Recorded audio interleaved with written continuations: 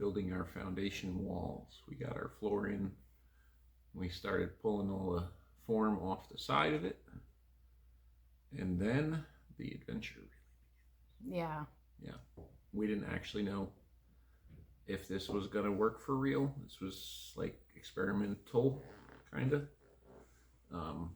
So I watched some YouTube videos like this one and said that might work. We should try it. And that's kind of where we did the frost wall and based that off of that. And that was sort of our trial run. But now we're going to do it like big scale. Oh, Sadie helping. Yeah, so we started building the walls, and one of the days Sadie was helping me set some of the forms and level some things and pull some nails. She had fun with that too. Everybody gets practice pulling nails. It's a good life skill to know. It's also a good dad punishment too. Hey, you're not being well behaved. Here, do this. That'll make it better. So we ordered all the lumber that pretty much most of what will build the house. And I kind of took that lumber and figured lengths we would need and sizes we would need to build the forms and kind of jammed the two together and figured out in a way that we could do minimal cutting now, get the parts we needed for the forms for the walls, and be able to trim stuff down to fit to what we needed for the house later. So, pretty much your standard Simpson concrete form tie can mostly be used without extra reinforcement up to 4 feet, I think is the way it's recommended. And we're using those same form ties that we used for the frost wall. And we're building 8-foot walls with them, so we're going well beyond what the manufacturer recommends. Well, why not? Because I was inspired by a YouTube video to think we could do this. Because there's a guy out in California, and I'll probably put a link or something or whatever to his page in this, that builds retaining walls all the time using this system at 8, 9, 7, whatever feet high for hundreds of feet long. And they do it on the regular because it's sort of a cost-effective way for them to use their forms, because they keep reusing the boards over and over and over again until they're totally destroyed. So they have another version of like building wood forms where it's called snap ties, and you use plywood and you drill holes in the plywood, and this piece goes across and it has little cones that keep the form from squishing in, and there's wedges that go on the outside that keep the form from pushing out. So this has just little barbs on the inside and the wedges on the outsides for the same purposes, but you don't have to drill any holes in your lumber. It just kind of sits on one level and then sits on the next level, etc. Yes, you do level by level, and then you also have to tie in rebar. Yep. As we go higher. Yeah, because we had all our uprights coming out of the footing still, so we had to extend those to the full height. And then most often on most residential foundations, you're going to have what they call top, bottom, center rebar going around the perimeter as well. So you're going to have 1 or 2, or maybe more depending on where you live, horizontal rebar pieces going all the way around the perimeter at a low level, like a foot-ish off the bottom, and then middle-ish height, and then about a foot-ish from the top. So you kind of, with this sort of setup, you have to do that as you go. A lot of concrete guys will, because they have stacked forms that are the full height but not very long, they put everything together and then kind of put their horizontal rebar in by just opening up a corner and sliding pieces in that sit on the ties and things. We got a good amount of progress done in the first day or two, and was one of those, anybody around that could help that I know that has some time on their hands or could make time, because there's no way we're going to get this done in a week-ish that we want to get it done, to put concrete in it, to have an inspection, to get moving on to the next stage. So about midweek we were able to get some help to come out with that, and about 4 or 5 people plus us, and that day we got about halfway up with everything, because we had a day to 2 days, whatever, in on it ourselves, and we got just over halfway around halfway up, so 4 feet-ish high, half the perimeter. And so we were able to get help to get the perimeter closed in and get above that 4-foot mark everywhere, so we could then finish it out ourselves. But basically, again, we're oiling the boards as we go so that there's a release agent on them for the concrete, stacking them in place. I put a vertical upright reinforcement every 3 feet. The guy I said I was watching in California, he does his about every 4, because he's more comfortable with doing this, and he does his ties less often as well. We were putting the metal ties like every foot to 16 inches. Very often as much reinforcement as possible, because this is one of those it should work situations, but we don't want to take chances on that stuff. So then we, lots of long boards, all mostly 2x10s, but there wasn't enough 2x10 lumber in the plans for the house to build the whole thing. So one wall is built out of 2x12s, which would then be the rafters. All the 2x10s are floor joists and ceiling joists. And we kind of had to make those heights match up. So on the bottom, the first section where the floor already is, we had, and part of the reason to pour the floor ahead of time. So the uprights that reinforce the forms are actually jammed against the slab. So the bottom of the form can't kick out towards the inside of the building, like impossible for it. But to make the thicknesses right and the spacing right, there's a 2x4, and then there's the 2x10 horizontal form piece. That's like 3 inches worth of void. So we actually need 3 inches of foam to go around the inside of the foundation later anyway, so that void is purposefully working out to the same dimension. But we had to put a layer of foam under our form at the bottom, the height of the slab, to sort of fill that void, because we pretty much knew we'd never be able to get that back out of there. So the only thing we were planning on getting out was the vertical 2x4, that we put foam in between each one also, so that we could wiggle it out of there, so it had some movement. We didn't want to put anything solid in there and not be able to get it out. Plus it became our insulation layer. On the outside, we took boards and we basically nailed them down at the right spacing so that the bottom of the upright would be wedged against that, kind of like how we did our form for the floor.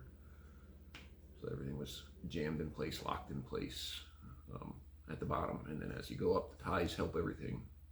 And then once we get to the very end, you'll see we put bracing outward toward the whole bank into the dirt to keep the outside stiff. And then I built a big old crazy platform and bracing in the middle inside to brace everything horizontally in the middle-ish height, about halfway up, because we had the bottom reinforced. At the top, there's a lot less pressure, so I wasn't really worried about the top. I think I put a few braces in the corners and things.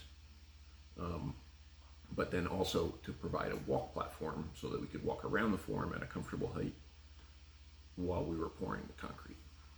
That ended up also being built out of lumber that the house is then built out of. So there's very little to no waste in what we did here, except for the lumber that we were given. That was old chipping stuff that my brother got that we had to pull nails out of. That was pretty much scrap lumber anyway. That's the only thing we used with intent to be wasted. Yeah. Getting in and out of here was fun. So we blocked off the walkout part, kind of built a wall to section off where we were going to put the doorway, and then just filled it in using 2x10s. 2x12s doesn't really matter, but we pretty much closed off the only way out. Yeah. For the sake of not cutting boards to a specific size that we couldn't then use. So to get in, you had to have a bridge, which was a ramp, put on the ground that goes over the trench, and then a ladder to go down into said house basement. Yeah. Yes, you had to walk the plank. And it wasn't a tall ladder. It was step off the plank onto the ladder. Yes. And this part was nice because it was only halfway. Until we got I thought higher. This was bad, and then it got worse. Yeah, so the bridge, the bridge to nowhere, basically. It started out at ground-ish level, which was 4 or 5 feet off the ground, and then as the walls got taller, the bridge had to get higher, and the ladder had to get higher, so you could Thankfully, get in and out. thankfully, you cannot see how long it took me to get into the basement because it's sped up. But I had a few moments of debating how I was going to get down without having anything to hold on to. Definitely a process that if you're not used to ladders and scaffold and planks and sketchiness in general, then Pretty sure I crawled. Like, I went like on my stomach and not like pivoted full on and- belly crawl, but yeah, like let me get as low as I possibly can before I step off onto the ladder instead of just stepping off of it. Yeah, that might have happened. once or twice. But we pretty much are ready to now close it up. We're trying to set the top of form as much as possible to exactly the top of the concrete height because of the inconsistencies we had with the footings, trying to use grade nails. Where you set a nail to a line and you try to get the concrete to that line and use the nails because you can't see the line anymore as your guide. So the only thing we had to do, because we had different boards for different walls, that one wall that's built out of 2x12s, I was not able to make the heights work out exactly the same to get that form to be top of concrete at the top of the form. So that wall, that back wall, we had to do the grade nail thing again. And it worked better. I still had to grind a little bit out of it to get it to be the right height because we were a little too high. You know, but I had a couple of concrete jobs under my belt, so I kind of had an idea of what I was it doing. was night and day better. It just we needed a little bit more out of it, and that's okay. It's in some ways better to have too much than too little. It's right. You're either shimming something up, which is foundational, or grinding it down, which is tedious. So weak structure or more work. Debatable as to which one's worse, but and then as you'll see here now, this is where I started building a bracing platform, and we had I don't know a couple hundred 2x10s that we used for the forms, a couple hundred 2x6s and long 2x4s and 2x6s for the plates for the walls. All this stuff is planned for lumber to build the house afterwards. So, and as per our usual my usual working in the dark at every stage at least a little bit so that things could keep moving.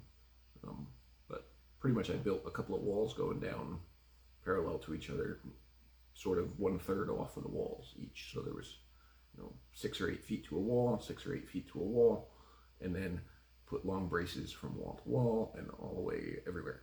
It's like a big spider web of lumber everywhere. Kind of looks a little bit chaotic when it's said and done, but if you see it as I do it, it all sort of makes sense. Again, trying to brace at about mid-level, a comfortable working height, and a good area where there's going to be a lot of pressure from the concrete. Yeah, it did work out really well. And using I've actually even debated this a lot in doing residential work, nails versus screws. But working for a concrete company for a couple of years, kind of learned that sometimes even though it's taking nails out later, it's actually still quicker and easier to use nails for a lot of things if you're going to take them back apart than it is to use screws, depending on what you're doing. Sometimes 1 or 2 little things, it's worth using screws. But if you're going to do a lot of it, nail it together, bang it back apart with a hammer, and bang the nails out, because it limits the amount of tools you need. With concrete, it gets into the screw heads, and then you can't get the screw heads out, and then they're stripped, and you got to cut them. So in some ways, that all factors into, let me just nail it all together and bang it back apart. Yeah, because we essentially had this up for, it was a couple days. days. Right, like once it was all done and together and everything was braced, it was together for less than a week. It was like we were only going to use it for the one day, really, right. And then that's what I spent about 2 days building the center area bracing platform thing, and it was like literally for the purpose of bracing and pouring the foundation.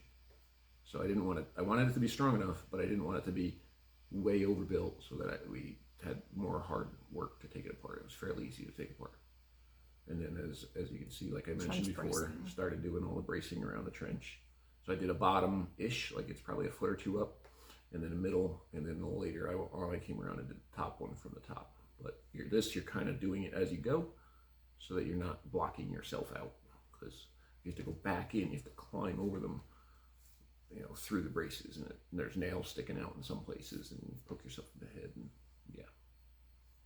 So anyway, this is what it looks like, all braced up, all ready to go for the concrete. And the next step will be pouring it, and we used the pump for that. We didn't try to get the truck close enough. The only section we used the pump for, but it turned out better in some ways. In some ways, it probably was doable, but again, we're not concrete people. We're like, I worked for a company for a couple of years. I kind of know what's going on, and this is not what they do. This is us making ourselves able to do something similar to what they can do, so that we don't have to spend the extra money. And the adventure of building your own foundation. Who doesn't want that? Me.